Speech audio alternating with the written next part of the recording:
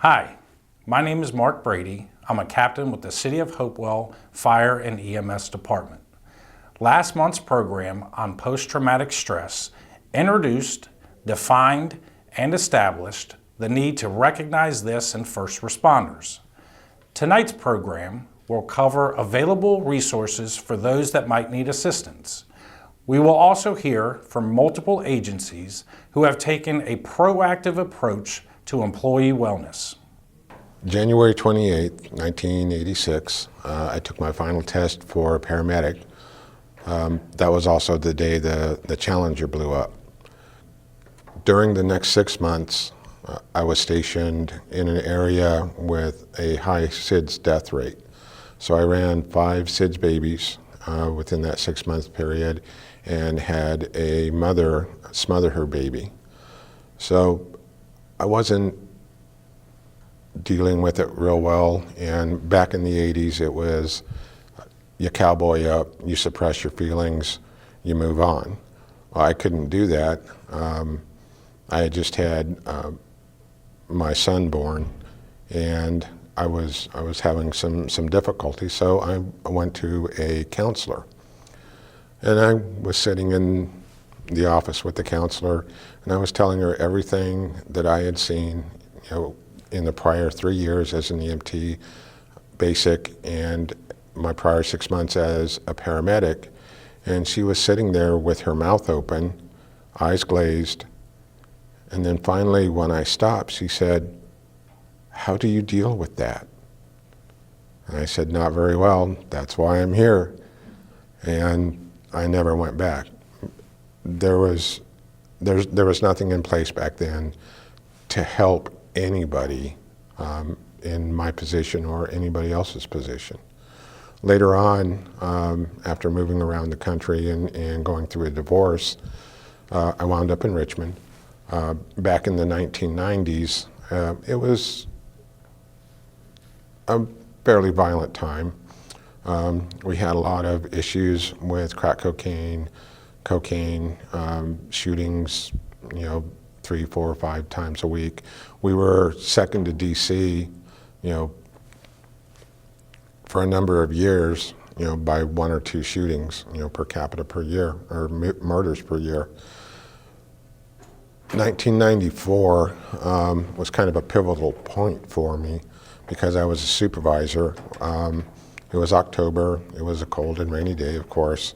I had just taken a employee out to St. Luke's, which is no longer there. It's one of the Henrico Doctors hospitals now. And I was on the way back into the city, and I heard the tone go out, we're in UA holding a shooting call. So I called up John Jaeger, who was the director of operations at the time. I said, "John, why don't you grab an ambulance and meet me over at the entrance to Gilpin Court, and we'll jump on it, we'll run the shooting. It'll be another day." So he went and got the ambulance, met him up there. Well, reports started coming in with more than 1 person shot, 2 people shot, 3 people shot. So when John and I finally got to the scene, the count was up to 5. When I walked in, you walk in the door and there was still a haze of gun smoke in the apartment. There was nowhere you could step where there wasn't an empty shell casing. And I walked past the couch on the left-hand side and came around to the entrance to the kitchen, and there was a young boy shot in the head, laying in his mother's arms, who was shot in the head, who was laying in the husband's arms, shot in the head.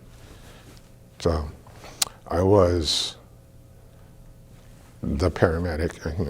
They're dead, they're evidence, let's leave them alone. So I walked back further, and in the bedroom on the right-hand side was a young child holding onto a stuffed toy, shot in the head. Well, the survivor that we had was a 14-year-old girl that was pregnant. So I walked in there and she was covered from head to toe in blood. We counted 15 holes in her from a .45. How she was alive, who knows? Okay, so I told John and the Richmond Fire Department, I said, get her on the backboard. I'm going to go out to the ambulance. I'm going to get some stuff set up. So they were working on her. I got out to the ambulance. I got my 2 IVs set up. They brought her out, locked her into place, and I said, okay, John, let's go. So I'm in the back with this 14-year-old that's bleeding to death, and she looked up at me and she said, I'm scared. Can you hold my hand? I said, no. I said, I have to do some things for you. We're going to get you to the hospital. You know, always being, you know, the stout-hearted paramedic. And, you know, I hollered up to John again. I said, John, let's go. And then I looked up and John wasn't there. So I'm thinking, where's John? Well, about that time, the side door of the ambulance opens up and they brought in a 2-year-old that had been shot in the forearm. So it's like, okay, this is what we have to deal with. Let's go forth, conquer, and let's make this happen. So off to VCU we went, did the turnover. The 14-year-old survived, the 2-year-old survived.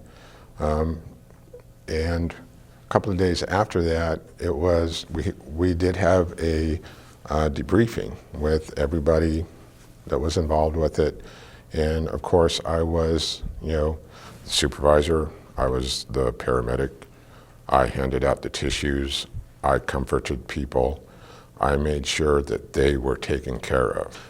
So everything went well after the debriefing, and one day I was making my rounds around the post we had at the time, and I was driving down the road and I saw a mom and her child walking along the side of the road, and as I drove past I noticed that the child had the same toy in their arms that the other child had.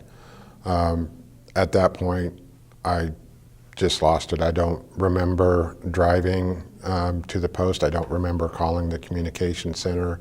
All I remember really was somebody did show up and I was taken back to headquarters. I was out of work for about 3 weeks. Probably one of the worst things that could have happened to me at that time, because I was at home alone. They were still looking for the guy.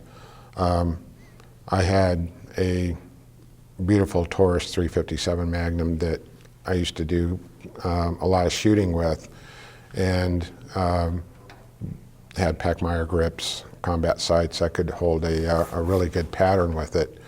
And one day there was a knock on the door, and in my mind, it was the guy that did the shooting coming back, you know, because I had helped, you know, the 14-year-old and the 2-year-old. So I got my pistol and I was aiming it at the front door and getting ready to pull the trigger, and there was another knock, and the guy said, United States Post Office, I have a package for, you know, blah, blah, blah. So at that point, I realized there's something really wrong with me, and I need to get, you know, a little bit more help. One of the things I did is I traded the pistol for a bicycle, which I started riding to work. I did seek counseling, which helped out quite a bit, and I wanted to know more about the critical incident stress management. So I became a peer counselor, the Mitchell model. When the contractor left Richmond Ambulance Authority, one of the first things that I did was establish a critical incident stress management team. We have the support of my boss, and the team has my support. And a couple of things that everybody needs to realize is CISM peer counseling works both ways. It's got to work from the bottom up. Everybody's got to know about it. Everybody has to understand that it's going to happen to you. It's kind of like bicycle riding. There's two types of bicycle riders: those that have fallen and those that are going to fall. And in EMS, it's the same thing. There are those people that have broken, and there are people that are going to break. And CISM is there to help. And here, where I work, it's got support from the top down, and every new employee orientation, we make sure that the folks from the bottom up understand that it's available. My name is Maya Dalton-Theodore. I'm the Behavioral Health Coordinator for Fairfax County Fire and Rescue. Part of my function is to act as a gatekeeper and a conduit into the external EAP. Firefighters and paramedics historically do not like to ask for help. That comes out of what we call occupational socialization. It's better for them in some ways to talk to each other or not talk at all about what the issues are. So part of my job is to normalize for them that it's all right to ask for help. I also, of course, communicate with our peers that we have on all our teams and make sure that they receive quarterly training. The training that we've been able to provide the peers has been a continuum of training over the years. We started out with the critical incident stress model and moved then into the resiliency model over the years, and then psychological first aid. Most recently, we've had a 2-day training with the National Fallen Firefighters Foundation, where they've received training on stress first aid. And then in October of 2016, they were also able to receive training through the IFF peer model, and that has also been very beneficial for them. We found that the resources from the National Fallen Firefighters Foundation and the IFF have been extremely helpful to us. I would urge any fire department to take some of the online courses that are offered by both entities. The National Fallen Firefighters Foundation has several online courses that can be taken, and also the IFF, of course, with their Joint Labor Management Wellness Fitness Initiative, have also designed some excellent courses online that can be taken. And our peers have found them to be very helpful in being able to communicate with their fellow firefighters and paramedics. Fabulous job with that, and we found that to be extremely helpful. With the National Fallen Firefighters Foundation, we've also found that the stress first aid is very, very helpful, and also the after-action plan, after-action review that has been mentioned before is a very good tool that a peer can use when they're going out into the stations and when they're really checking on folks after they've had a really bad call.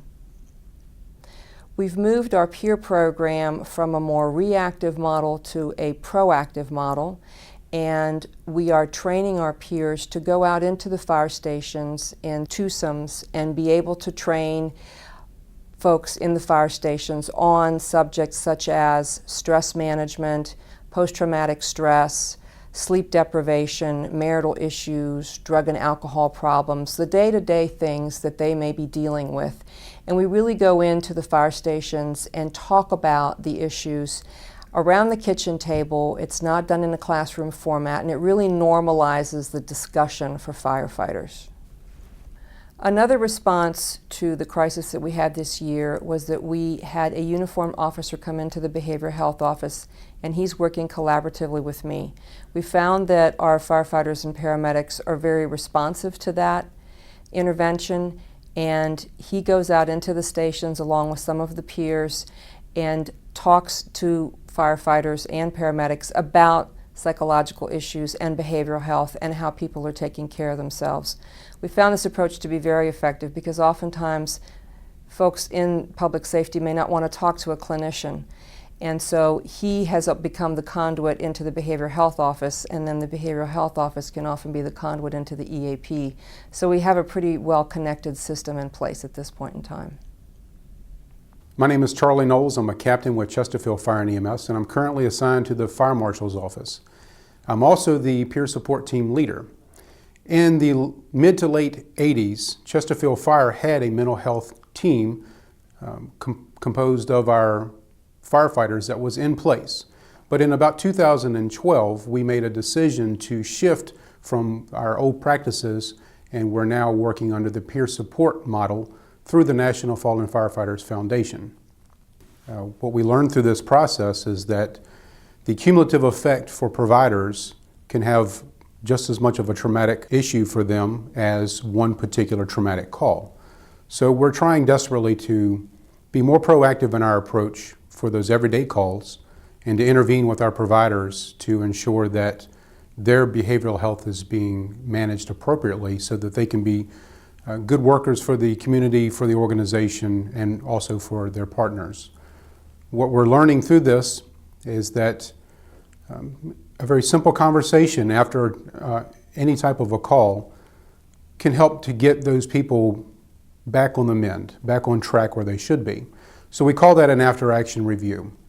During that review, we're asking some very basic questions, and we try to keep those questions consistent between all of the incidents so that there's a very positive message that is used throughout the conversation, and then we're taking critical information that we learn that needs to be improved from these calls and passing it on to the right authority so that we can make change in the future.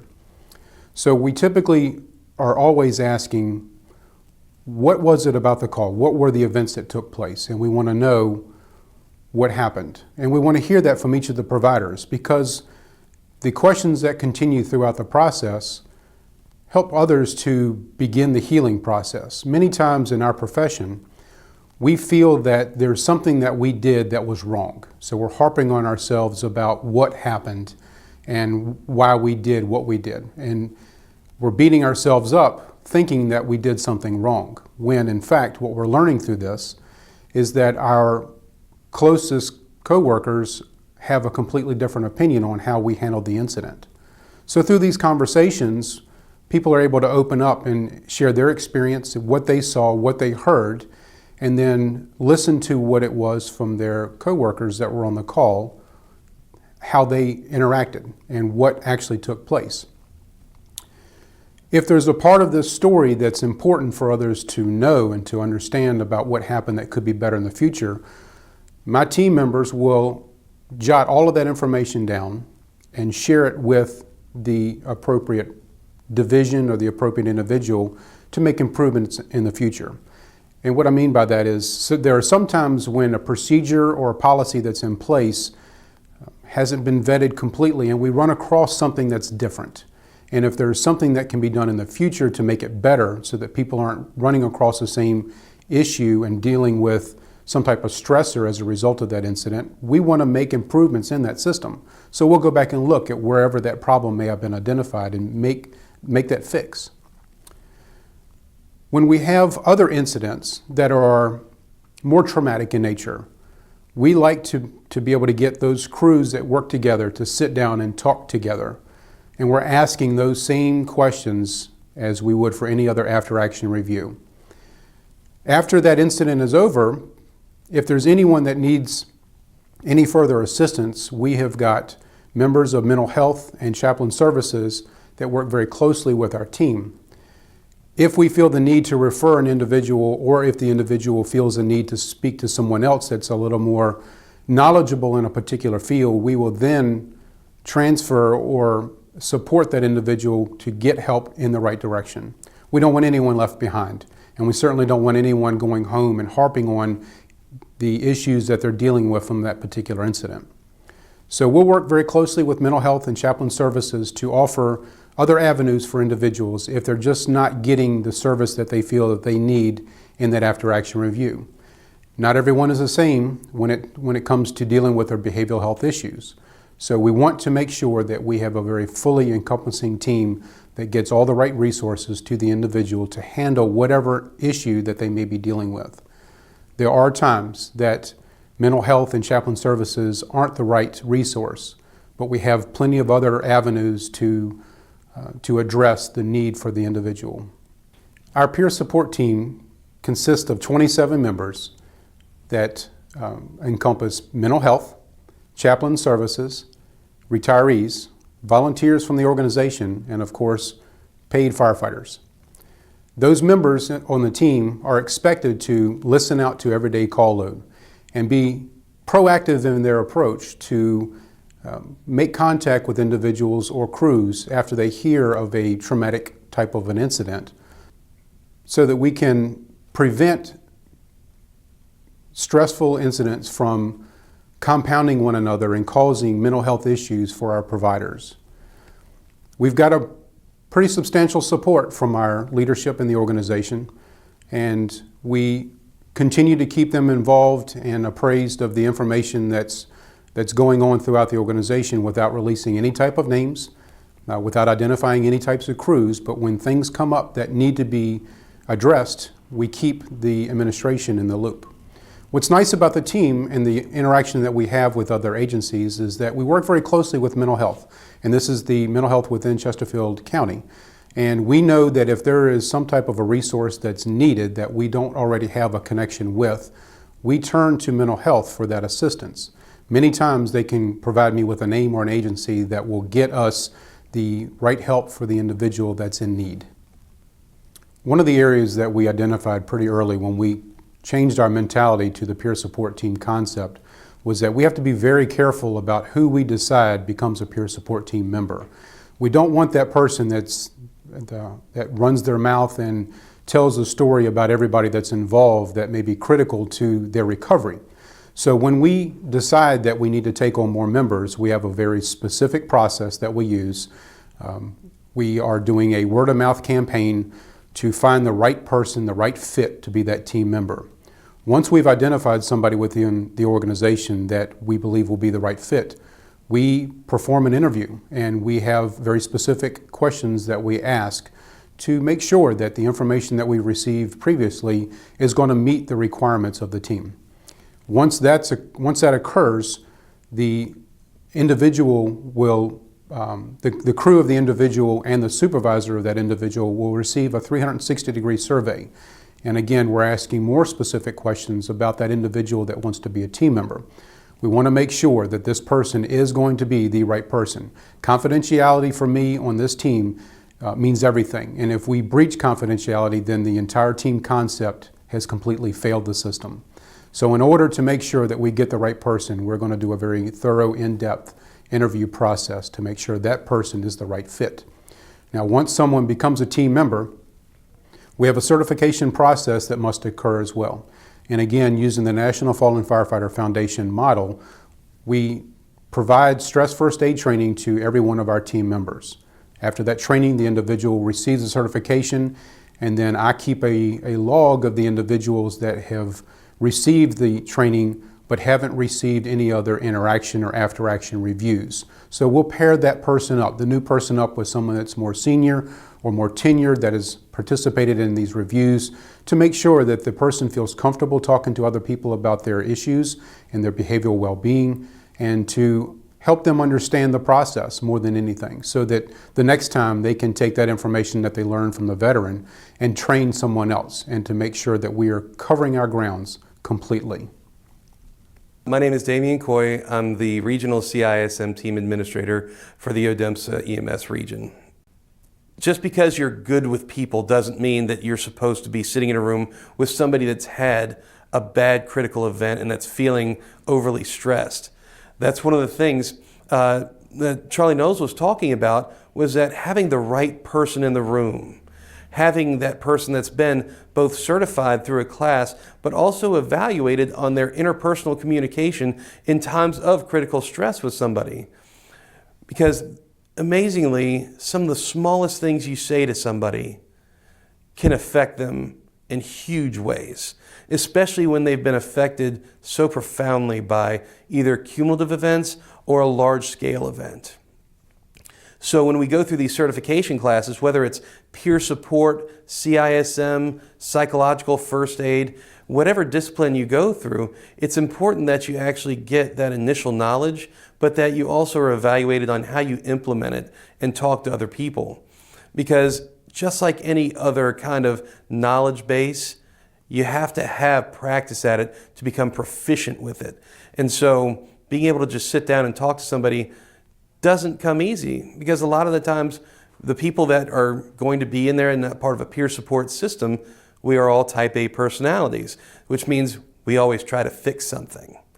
And sometimes we have to let these people that come to us for help and to come to us for support, we have to let them actually make their way to help.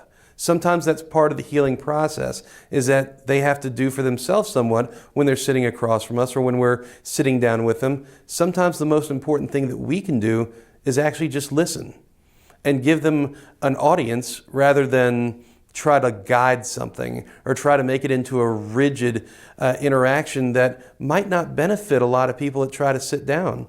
So open doors, open ears, open minds, that's kind of the idea that we're trying to foster, at least in the Odemsa region with our CISM team, and it's a loosely CISM team. It's an all hands approach, all disciplines approach, just to go ahead and allow for more people who feel that, you know, they might not have had a voice or had an opening for that kind of interaction, that they can go ahead and call our team, they can call the EOC, they can call up somebody that will go ahead and get in touch with us, and then we can touch base and see what the actual need is. Do I need to have firefighters out there because they've had a 3-alarm fire and they've had multiple fatalities? Do I need EMS providers out there because it was a rescue squad that's worked multiple fatalities within a very short amount of time?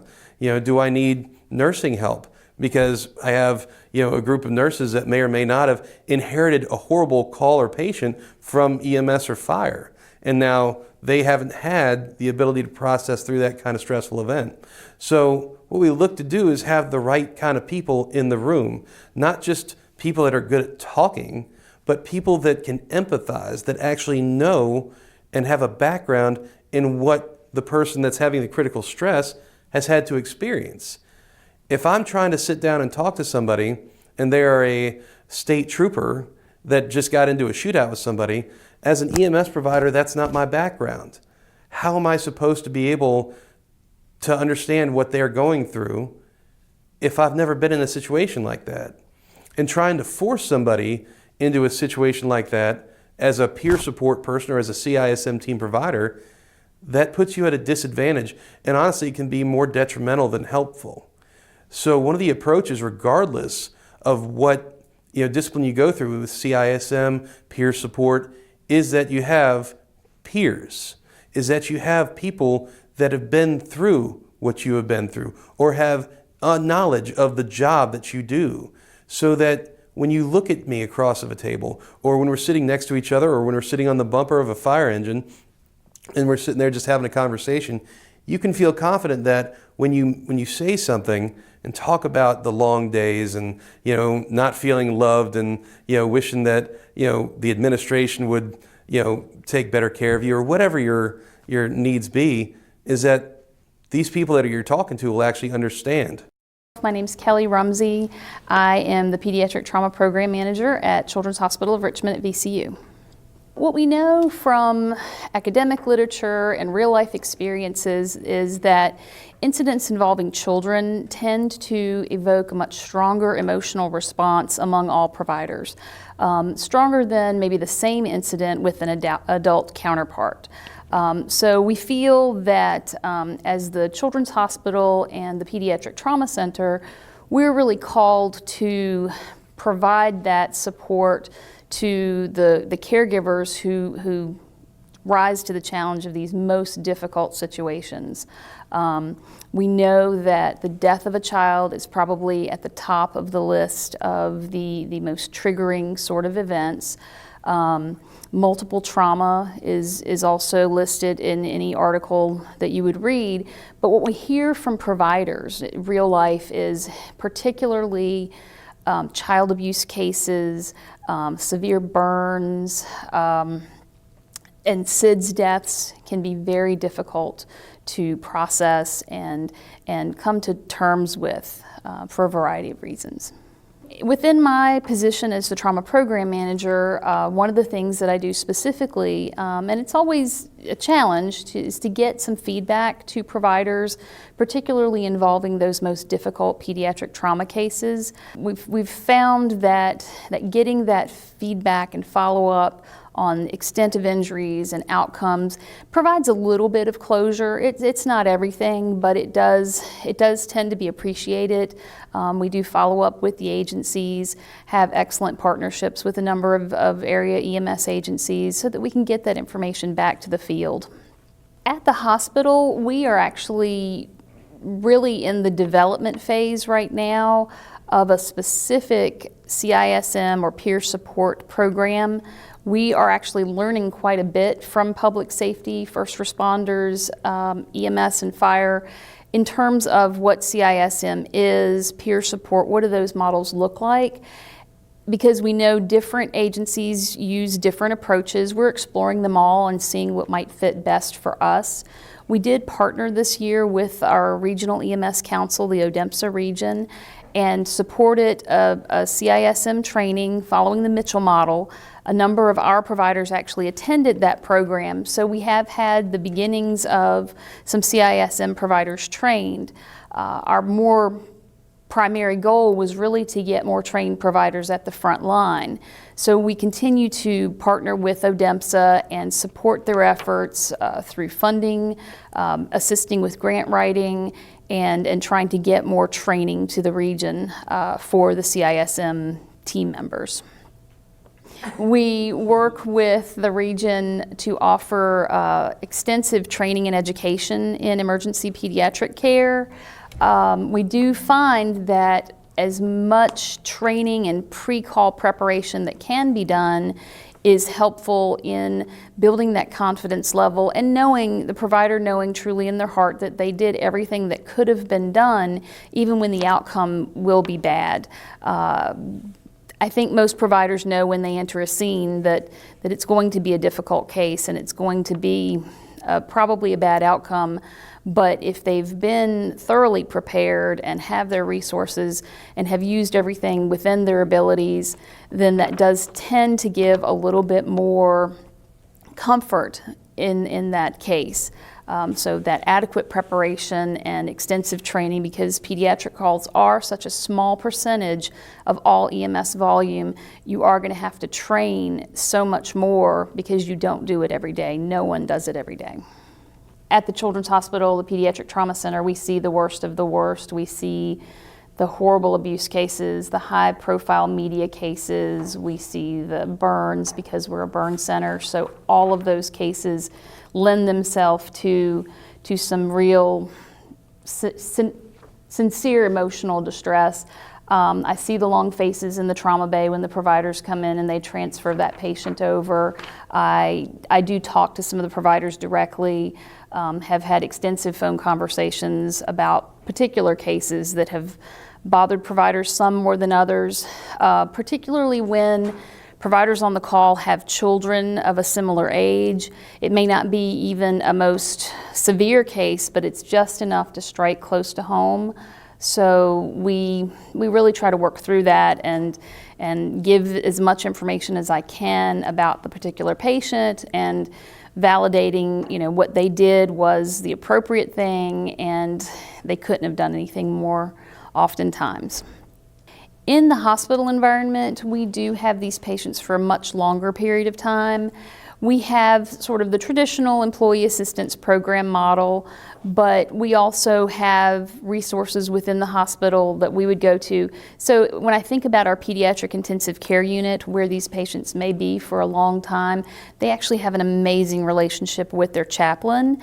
He provides support not only to the patients and their families, but also to our staff.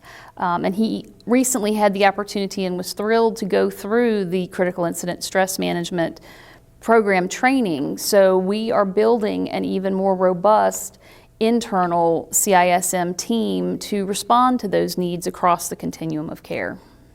So Virginia LEAP is a program that was created by some chaplains that worked at Virginia Tech when the Blackbird shootings occurred.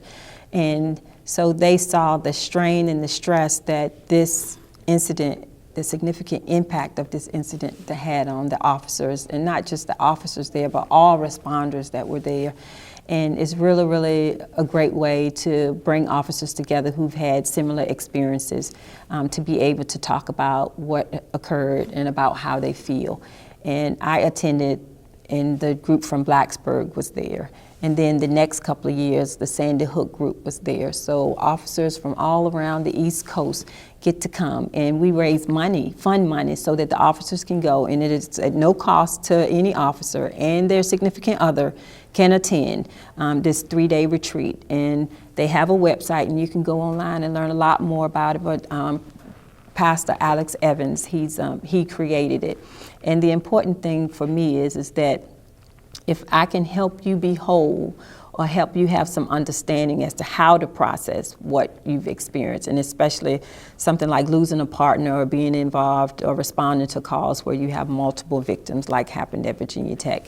And this is really, really, and as I think about something from that retreat, something as simple as a cell phone ringing was a trigger for the officers that responded, because those officers had to stand at those doorways in that college and hear those phones ringing. And so we have difficult jobs when we have multiple victims. It's like, who gets out? Who do you rescue? Who don't you rescue? Could you have saved more people? So that's why Virginia Leap was created, and the burden that's left on those officers, and how do we care for them. And this program is started in North Carolina, and now it's here in Virginia. And we're gonna have some regional meetings, and we can bring that group in so that we could talk more and educate the rest of Virginia about Virginia Leap. Firefighters and public safety workers have that type A personality. And one of the alarming statistics that has come out in a recent survey among current firefighters and retirees, there was a survey conducted with just over 1,000 members. And of those 1,000 members, nearly 47% of them had some type of suicide ideation. Again, out of those numbers, there were nearly 20% of them that had some type of a plan to commit suicide. And 15% of them tried to commit suicide. So it's important to understand that as a public safety worker, no matter which field you're in, there's always going to be some type of an incident that can cause you some type of an issue with your mental health. Please, at any point, if you feel that you're overwhelmed with the incidents that you're dealing with or stressors in life or from these calls that you're running, seek help. There are plenty of people out there that are willing to assist. There are lots of teams. If you feel the need to talk to someone that is in the public safety world to address your concerns, reach out. Don't hesitate. Get the help that you need and the help that you deserve. Part of the work that we've done in getting education out there for our firefighters and paramedics has been a direct result of a suicide that this department recently experienced. We were able to go out into the stations, and we were able to give firefighters and paramedics wallet cards. We made magnets. We put information out into the stations to make them more aware of all the factors that can lead someone to make a decision to commit suicide. We wanted to normalize for them that they have very stressful jobs, and we do appreciate that they have trouble reaching out for help. We wanted to also let them know that the peers are available to them, and since then we have been able to intervene with at least 5 or 6 people who have had thoughts of suicide, and were able to make sure that they got to the right resources within the county. During my tenure, I've had at least 3 officers that I know commit suicide.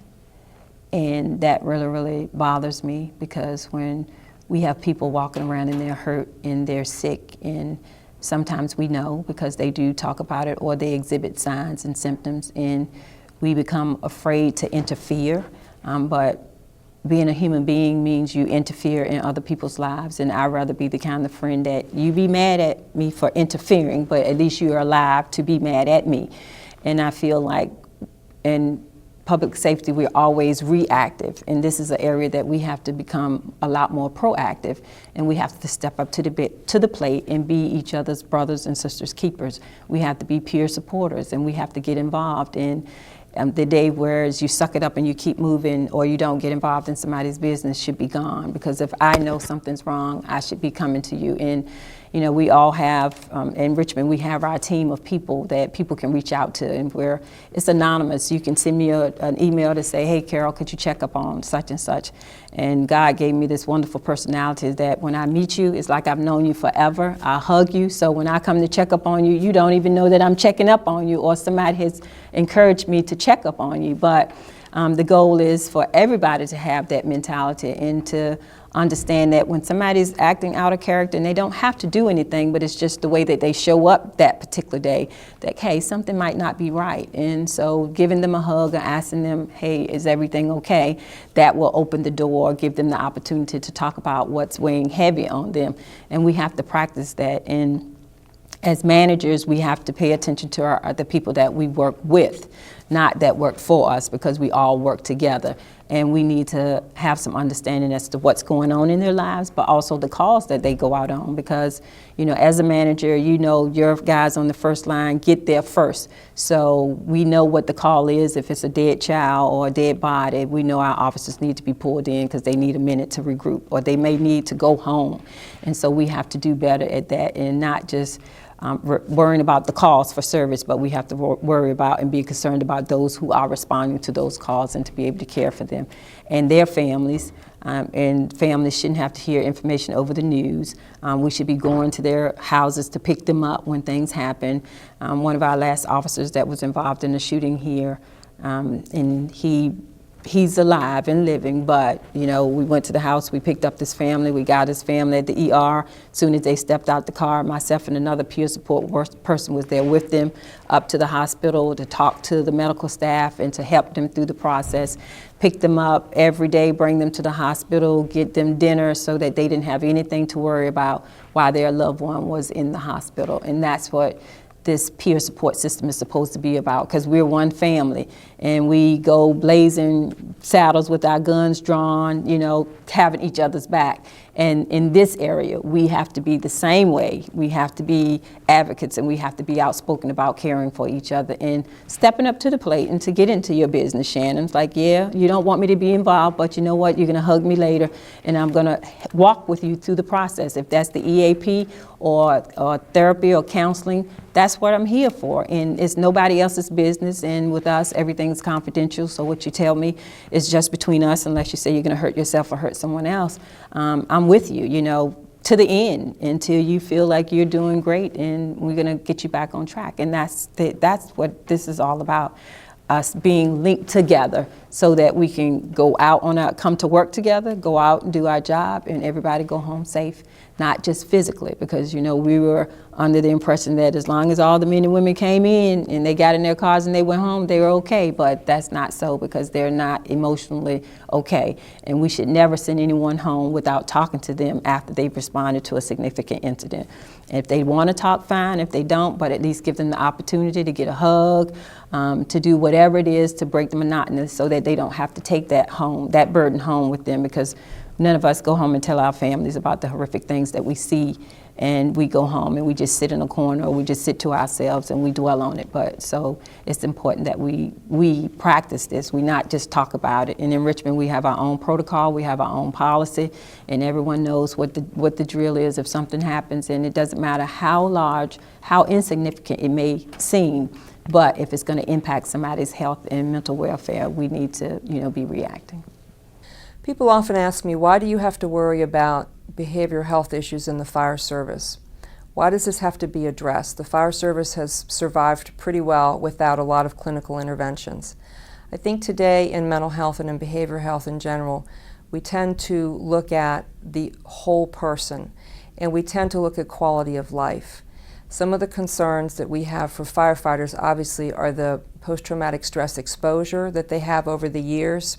There may be addictions that begin to develop, or chronic substance abuse because they're using it as a coping mechanism because of some of the post-traumatic stress they may be experiencing.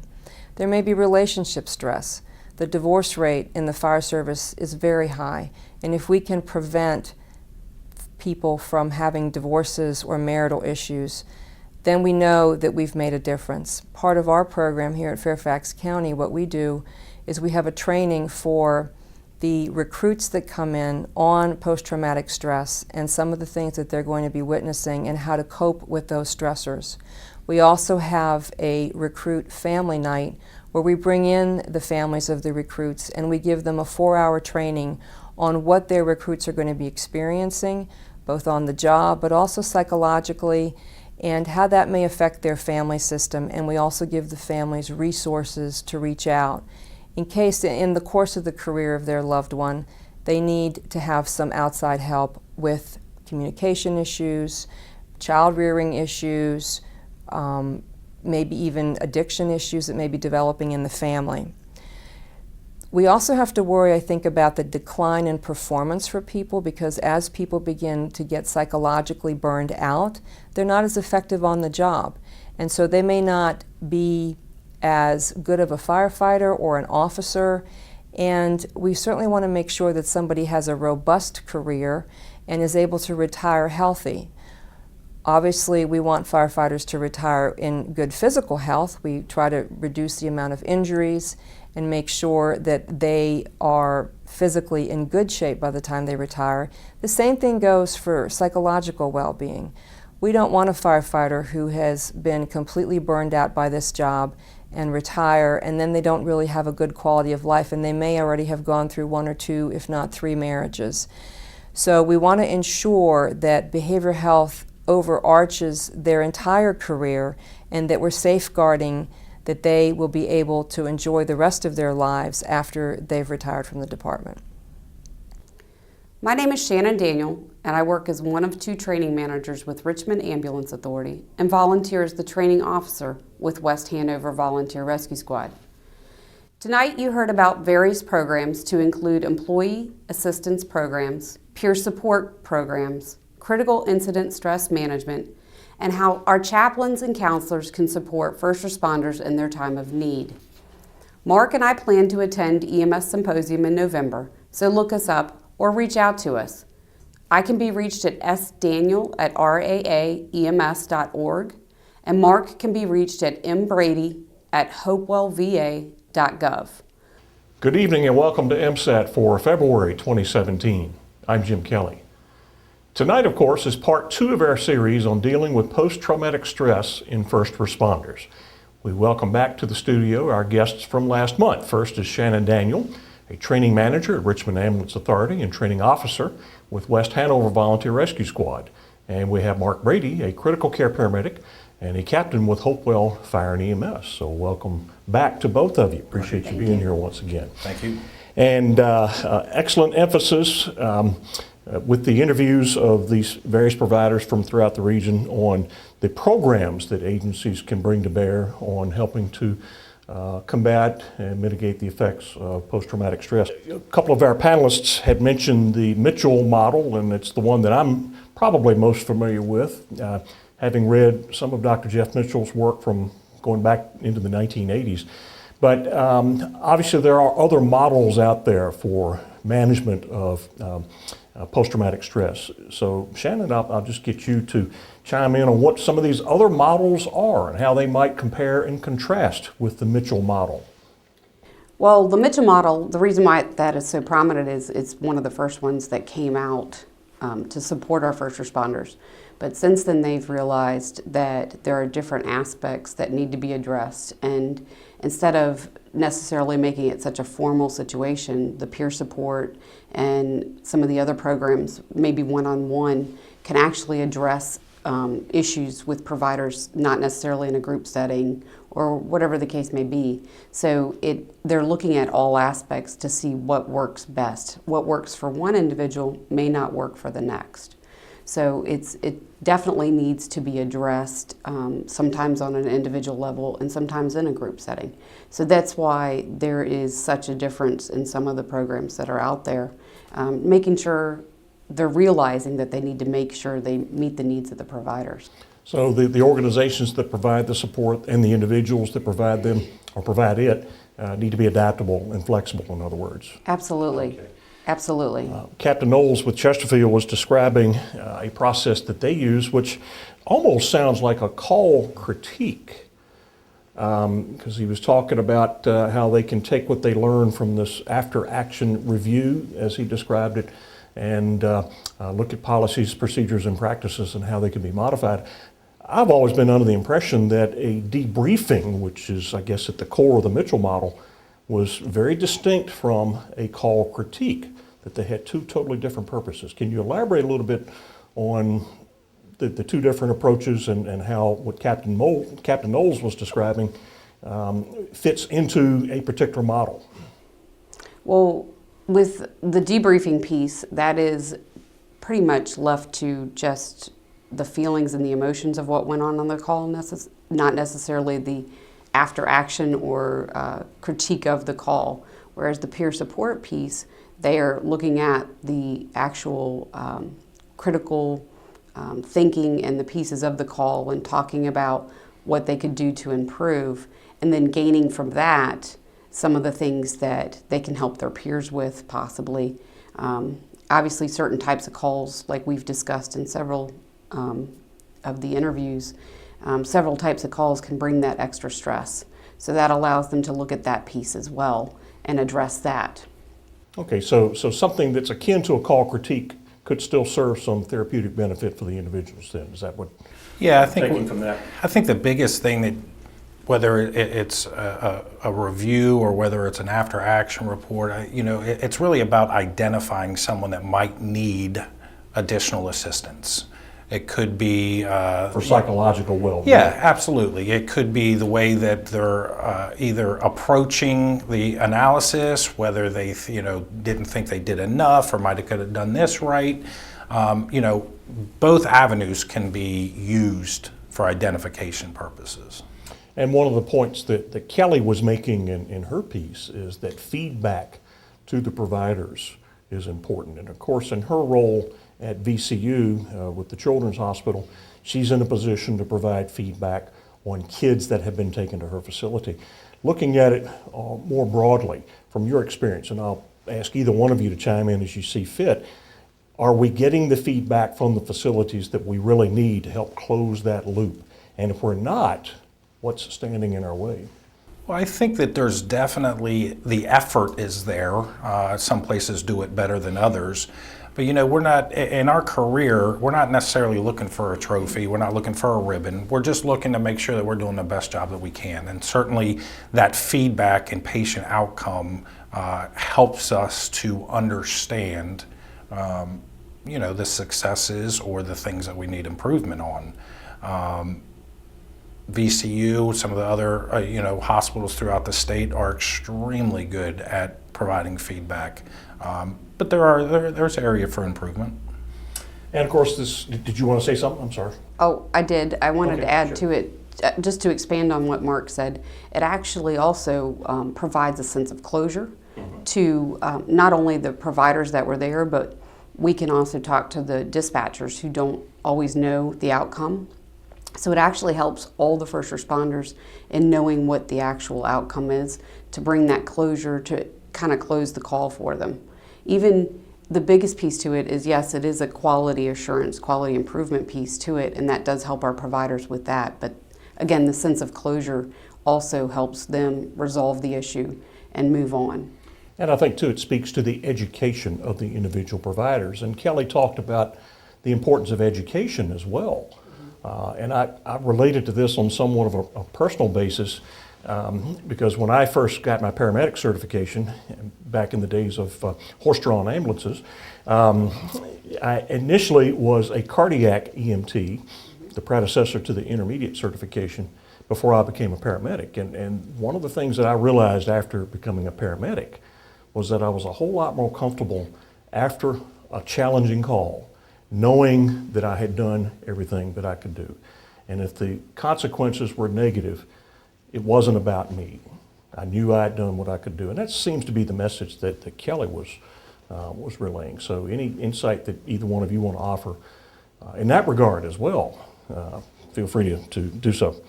Absolutely. When you talk about the fire service, we always do, anytime we have a fire or a significant event, we sit down and we talk about it. That just comes part of the policies and procedures. Well, 80% of our business is EMS calls. So we don't necessarily sit down and talk about those things, but yet it's what we do the whole time. So acknowledging that we need those actions to take place, not only on the fire side, but also on the EMS side, is really the first step. And to educate and reinforce to the providers that Absolutely. they've done the right thing. Okay. I want to talk about some of the resources that our speakers have mentioned at various times. I heard chaplains mentioned a time or two. I'm interested to hear what your agencies do or have in that regard. Do you have someone that's available as a peer chaplain, or perhaps an actual minister or pastor that's available on a call basis to assist your people? We do have chaplains on our resource list. We also have counselors on our resource list. Some that are very familiar, some that are retired from the fire services and act as first responders in their given career, that have chosen to move on to be chaplains because they found that this is something that they do need support in and that it is necessary to have. And so they come to our meetings and they are part of our debriefs of significant events and things of that nature. And counselors, we keep those numbers on hand in case one of our providers needs some individual attention. We have those in order to give those to them. We use the employee assistance program as well, which allows counseling, and we don't even have to know about it if they're going to get it. And how about in Hopewell? We have a support group. We also have things such as employee assistant programs. We are also part of the Odemsa region, so we have a regional team. But even more importantly, I feel like this is one of those things that it's very similar to mutual aid. I think if you're in a jurisdiction or a locality that doesn't have those resources, I think if you reach out to somebody that's near you, you'll find that they'd be more than happy to help out in any way that they can. And presumably you would suggest that they reach out in advance before the big one hits. Sure. So we don't have to try to call the neighboring agency at 3 a.m. for a peer team or a chaplain or something. Yeah, we certainly want to be proactive instead of reactive. Yeah. To reiterate what you said, as well as Damien, that the regional team is available for each and every one of those rescue squads, rural or otherwise. We want to make sure that they know there is somebody there to help them and that they can reach out to. Excellent. We thank you very much. We thank both Shannon and Mark for their work in educating providers here on Emsat and beyond, and on how post-traumatic stress can affect not only our careers, but also our personal lives as well. And we thank all the responders who agreed to be interviewed for these last 2 Emsat broadcasts. Coming next month on Emsat, One Pill to Kill, Pediatric Ingestions. This class was offered at the 2016 Virginia EMS Symposium, and from that, it comes highly recommended for the amount and quality of content. The instructor is Bob Zempel, MD, an EMS Fellow with Carillion in Roanoke. The date is March 15, and the program will offer Category 1 CE credit at both ALS and BLS levels in Virginia. Remember that, in addition to obtaining CE by watching the monthly scheduled webcasts, you also can access archived MSAT programs for free, offered by Target Solutions and CenterLearn. For more information, see the OEMS website. Thanks for being with us, and I'll see you in March on MSAT. Until then, stay warm and safe.